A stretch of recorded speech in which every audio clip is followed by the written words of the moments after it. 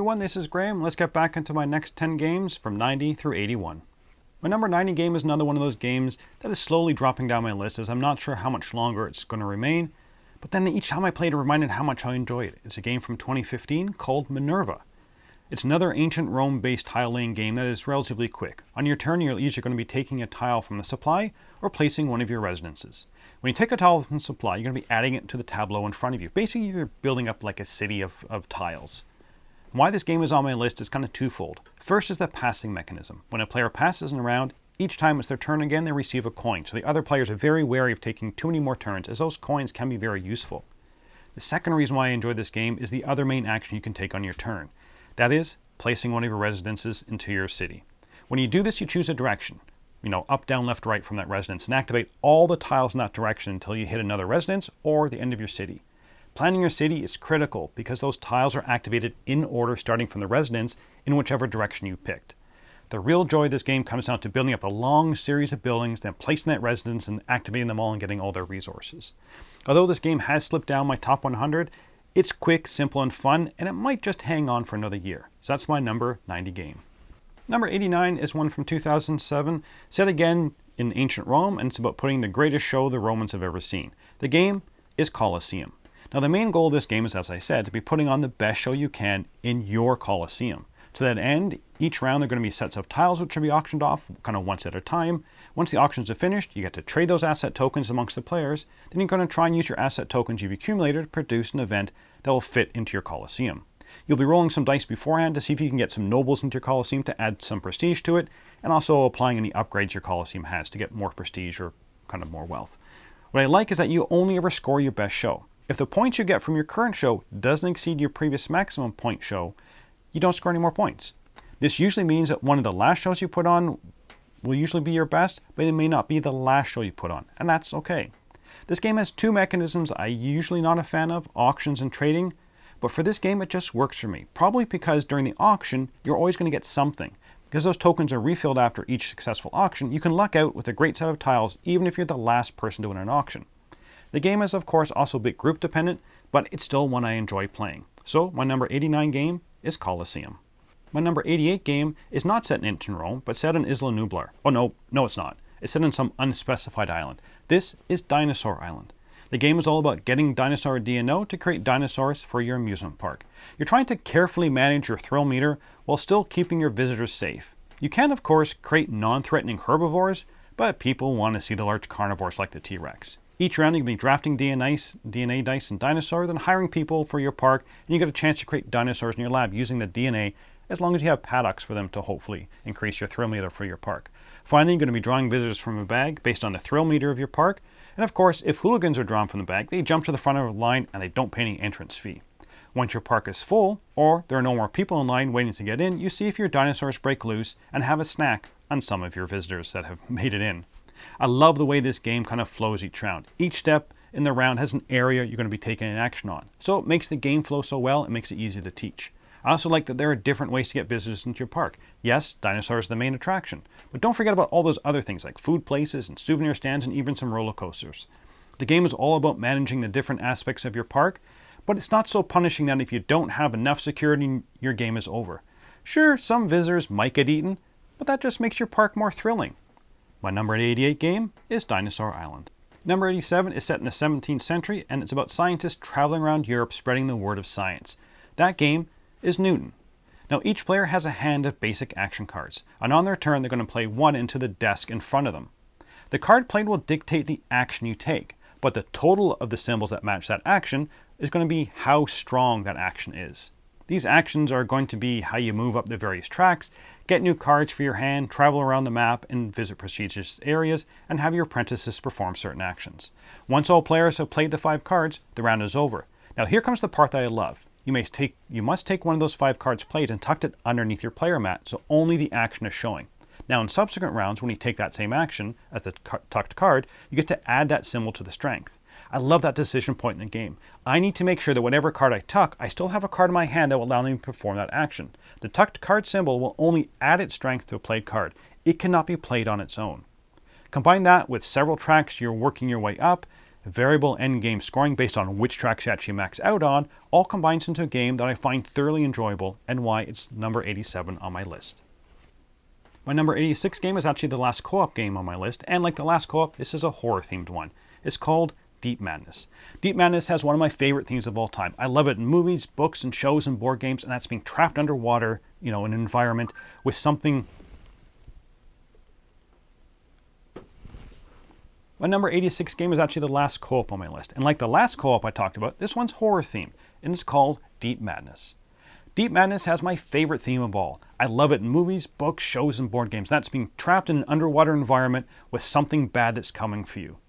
Now this is a very hard cooperative game, and as the game progresses, the room tiles are going to get flipped to the madness side, which might spawn more monsters and other hazards in those rooms. There are many different types of monsters that are spawned, and when it's the player's turn to take actions, they're going to be interspersed with the actions of the monsters, which makes one of the main things that sets this game apart for me. You look at the activation run and see, okay, I go first, then the monster. Then you go, and then this monster. It makes planning piece of this much more engaging and will change from round to round. And as the monsters attack you, and you see what's happened to this environment, it starts to take the toll on the characters through insanity and madness tokens, and the resulting madness cards that are going to affect how the scenario unfolds. Now the game is scenario based, and there is an underlying story that you can follow, but it's not a campaign game in such that you need kind of the same group of people to play every game, which makes it a little more easy to get to the table. Combine horror sci-fi with the movie Alien and the mythos of Lovecraft with an interesting activation mechanism, and you have my number 86 game, Deep Madness. Number 85 on my list is one about harnessing wind power in Uruguay. It's a large, heavier Euro game called Pompero. Now in this game you're trying to run a company to capture the strong winds that blow across Uruguay. You need to build up wind farms, electrical towers, and transformers to get the power where it needs to be. And if you have enough power, hopefully you can generate some batteries. There are some contracts on the board where you can supply power to the locals, and there are even opportunities to export your power to the neighboring countries through those batteries. Now you're going to be doing all of this by just using your hand of cards. You have 2 rows of card slots where you can play your cards, basically on the top and bottom of your player board. You have to play a card into the leftmost empty slot in one of the 2 rows, then do the action of the card. Now the 2 rows allow you to do an action, but in different parts of the board and have different costs. When you take an action, there has to be a piece of building equipment in that location, but it doesn't need to be yours. If it is, you pay the cost to the bank. If it's someone else's, you pay them the cost to use their site. It means you're never locked out of locations, and sometimes when money is tight, you actually want people to be using your stuff, which is a mechanism I find enjoyable. The other mechanism that gets this one on my list is the card play. You can spend a turn to return all your cards back to your hand, or at the end of the round, you're automatically going to get the rightmost card back into your hand. So making smart plays of cards is critical to doing well in this game. So that is Pompero, my number 85. 84 on my list is a reprint from 2014, and the original came out in 2004. This is St. Petersburg. Although there is a board in this game, it really is a card game at heart. In the game, you're trying to play an important role in building up the city of St. Petersburg. In each round, you go through different phases and purchasing cards. Each card you purchase is going to be activated in a different phase. And at the end of each phase, you're going to get coins and victory points, hopefully. The real joy of this one's kind of building up your engine. Building it up in the first phases so you can get the resources you need to buy buildings later on, which are going to score you points. There are also noble cards which you're going to use to gain points and coins, but they cost more than buildings, so kind of building up your engine is important. There's also an exchange round where you can essentially upgrade your cards to more powerful ones. But getting just that engine going is fun, and knowing when to keep your money for potential upgrades at the round, again, is a fun decision. I also appreciate that there can be cards left over from round to round, and it's going to impact how many cards for the next phase will be drawn. This game, you just get better and better as the game progresses, and your engine reaps better and better rewards. This is just a pure fun engine building game using cards. Very enjoyable, and my number 84. My number 83 is a newer game and actually the first Feld on my list. This one is Marrakesh. You play as different families competing against each other to achieve honorable titles. And whichever player most skillfully uses their assistance and resources will become the Ober Mufti of Marrakesh. Like a lot of later Feld games, there are many things going on in this game. Well, that is many ways to get points. Players are going to be secretly selecting 3 cylinders to use and deploying their assistants to those areas. Then all the cylinders are going to be put for the cube tower, although I guess you could be calling it a cylinder tower. This is going to randomize which are available for the round, as some might get stuck on the tower and others may come out that were there from previous rounds. You will then draft these cylinders that come out. You're then going to use them to do all sorts of various functions on your board. Everything is a good option, and you have so much choice. I like how open it is in terms of paths I want to take. I don't feel like I'm ever kind of being railroaded into going for a certain strategy every time I play, which for me is something I really appreciate and what I find Feld does so well. I do like the randomness of the tower.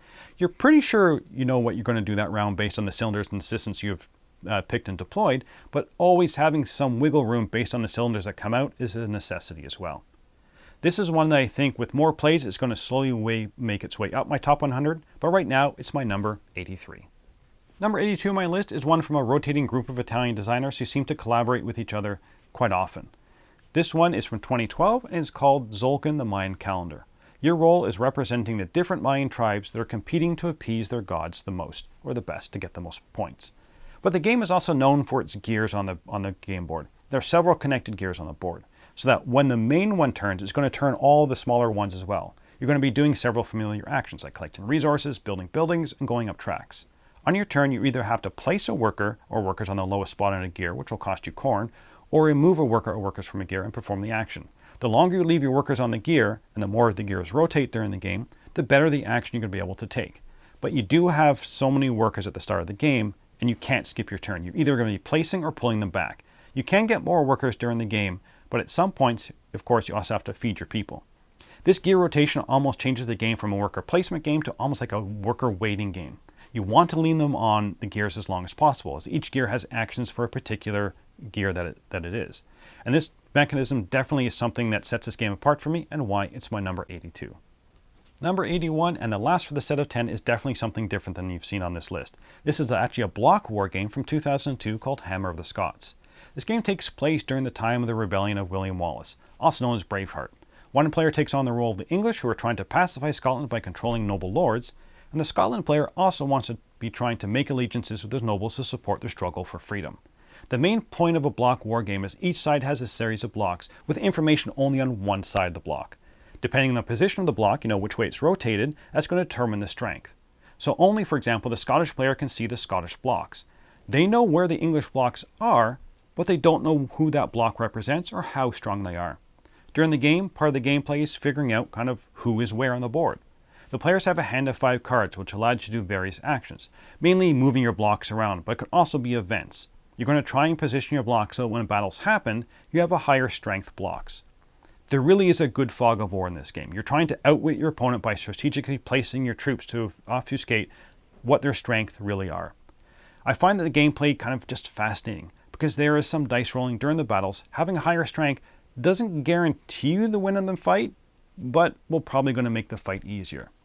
This is the game that kind of got me to try more block war games, but I don't get to the table as much as I would like, so it's my number 81 game. So that's it from my 90 through 81. There were some non-Euros in the section, but those are going to diminish as the list progresses. So until next time, thanks for watching.